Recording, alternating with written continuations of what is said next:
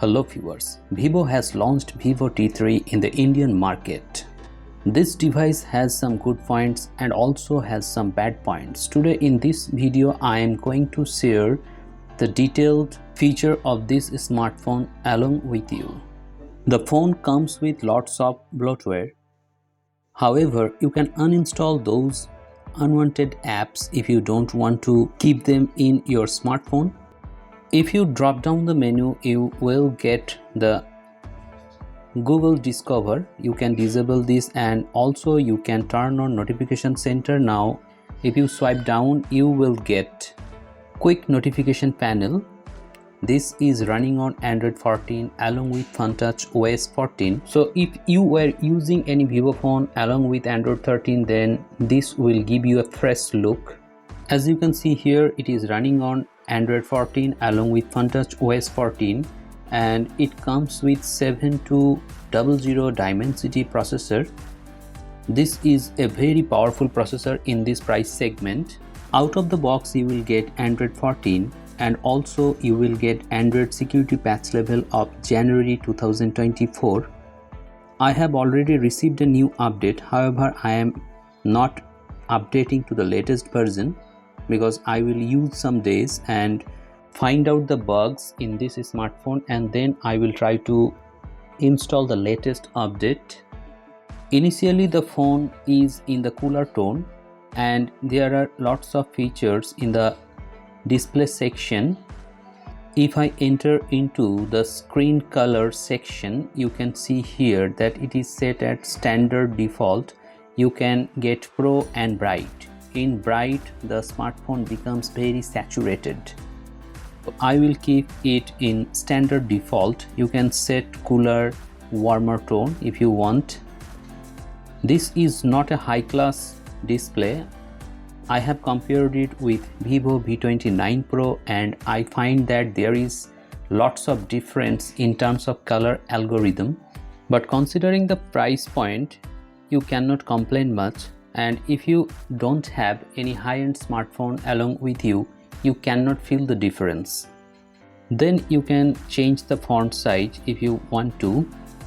T3 comes with Smart Switch option. You can set Smart Switch and also standard and high. In high, the display runs at 120 Hz of refresh rate.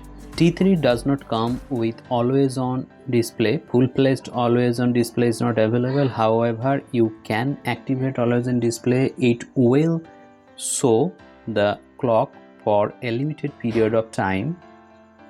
After that, the display will be black. You can also set various light effects for incoming calls. In Vivo and Oppo phones, you will get lots of customization features. You can enable these features to get enhanced performance and it will give a fresh look to your smartphone. Next, in the lock screen section, you can set wallpapers, you can customize the always on display and also the UI. This feature is available in OnePlus, Oppo and Vivo.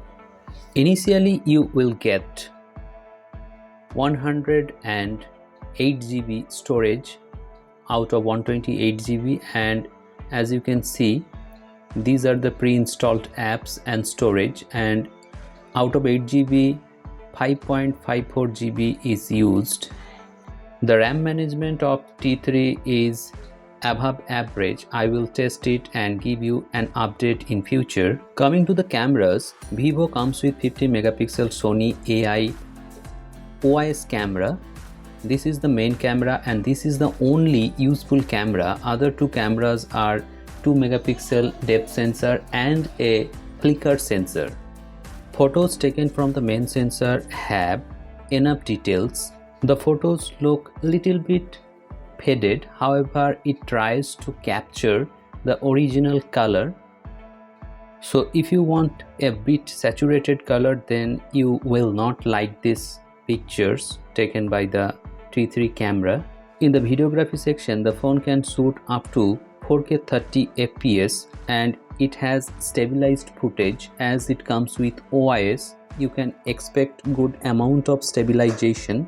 However, you can use these footages for casual videography. And also you will get these features, the regular Vivo features in the camera app. It has a dedicated 50 megapixel mode, and in 50 megapixel mode I have taken pictures and I saw that the detail is excellent and it has a pixel binning technology. Naturally it takes photos in 12.5 MP and it binds the picture and give you a very good result. I will test the cameras thoroughly and make a dedicated camera review. So if you are interested to see those videos, stay subscribed to the channel. So if you want to buy Vivo V3, you can definitely buy, considering the fact that it doesn't have a wide angle camera. If you want a photographic centric phone, so you should definitely avoid this phone. Thanks for watching this video. Have a great day.